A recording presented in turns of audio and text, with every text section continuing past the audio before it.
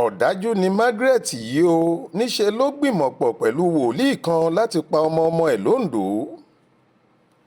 kàyééfì pátápátá lọ̀rọ̀ ìyá àgbàlagbà kan tí wọ́n porúkọ rẹ̀ ní Oyèwọlé Margaret ṣì ń jẹ́ fáwọn èèyàn rẹ̀. ìbéèrè tó sì ń jáde lẹ́nu púpọ̀ àwọn tó súnmọ́ dáadáa ni pé báwo lójúlówó abiyamọ kan ṣe lè wò ṣùnṣùn kó sì lu ọmọ òòjọ́ tí ọmọ rẹ̀ ṣẹ̀ṣẹ̀ bí pa nítorí ọ̀rọ̀ wòlíì lásán.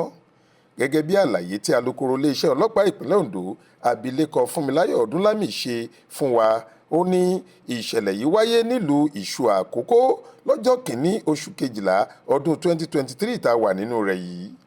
obìnrin kan ló lọ sí tẹ̀sán ọlọ́pàá tó wà ní Ìṣù Àkókó láti lọ́ọ́ fẹjọ́ àbúrò rẹ̀ Oyèwọlé Olúwaṣeun sùn pé òun fura sí ọmọbìnrin náà pé ó ti fọwọ́ ara rẹ̀ ṣekú pa ọmọ tuntun jòjòló tó bí.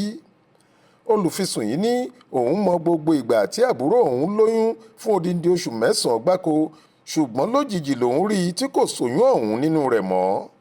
nígbà tó sì béèrè lọ́wọ́ Olúwaṣeun ohun tó ṣe oyún ikùn rẹ̀, àlàyé tó ṣe fún un ni pé ọmọ náà ti kú lẹ́yìn tí òun bí i, tí ìyá òun ìyẹn abilékọ Oyèwọlé Margaret sì ti bá òun sín láì fi tó ẹnikẹ́ni létí.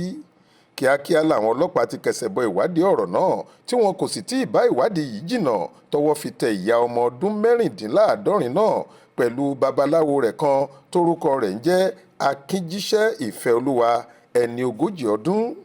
tẹ̀sán ni Olúwaṣeun ti ṣẹ̀ṣẹ̀ jẹ́wọ́ pé Akínjíṣẹ́ lòun lóyún ọmọ náà fún. nígbà tọ́jọ́ sì pé tó fẹ́ bímọ inú rẹ̀, àjọsọ ọ̀rọ̀ ti wà láàrin Akínjíṣẹ́, ìyẹn ẹni tí wọ́n rò pé wòlíì ni láìmọ̀ pé iṣẹ́ babaláwo ló ń ṣe, àti ìyá Olúwaṣeun pé ṣe ni wọ́n gbọ́dọ̀ pa ọmọ náà nítorí ohun tó léwu pátápátá ni fún ìyá àgbàlagbà ọ̀hún tí ọmọ tuntun yìí bá fi wà láàyè. Akínjíṣẹ́ ti kóṣẹ́ sí ìyá oníyàá lórí, ó sì ti dẹ́rù bà pé kó fọwọ́ dí ọmọ tuntun náà nímú títí tí yóò fi kú ní kété tí ìyá rẹ̀ bá bí i tán, nítorí tó bá fi kọ̀ láti ṣe bẹ́ẹ̀ tó sì lọ jẹ́ kí ọmọ yìí gbé ayé, Olúwaṣeun tó jẹ́ ìyá rẹ̀ kò ní lò ju ọjọ́ 14 péré lọ lórí òkè èèpẹ̀ tí yóò fi kú. wòlíì Akínjíṣẹ́ ní ìdí tí wọ́n fi gbọ́dọ̀ pa ọmọ tuntun yìí lójú ẹsẹ̀ ni pé ìyá rẹ̀ ti jẹ èèwọ̀ pẹ̀lú bó ṣe gbà kí ọkùnrin míì bá òun sùn lásìkò tó sì wà nínú oyún ọmọ náà. ó ṣeé ṣe kó ní nǹkan tí wọ́n lò fún Olúwaṣeun lásìkò tó fẹ́ bímọ, nítorí ọmọbìnrin yìí kò mọ́ra rárá nígbà tó ń rọbí àti lẹ́yìn tó bímọ tán. nígbà tó sì béèrè ọmọ rẹ̀ lọ́wọ́ ìyá rẹ̀ lẹ́yìn tójú rẹ̀ wálẹ̀ díẹ̀, èsì tí ìyẹn fún un ni pé ọmọ tuntun náà ti kú lójú ẹsẹ̀ tó bí i sáyé, tí àwọn sì ti sin òun àti olubi rẹ̀ papọ̀.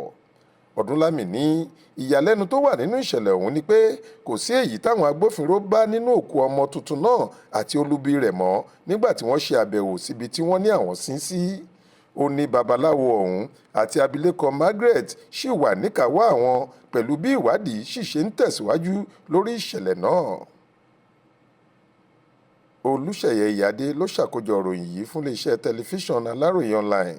Faith Adébọ́lá ló kà á sétí ìgbọ́ yín.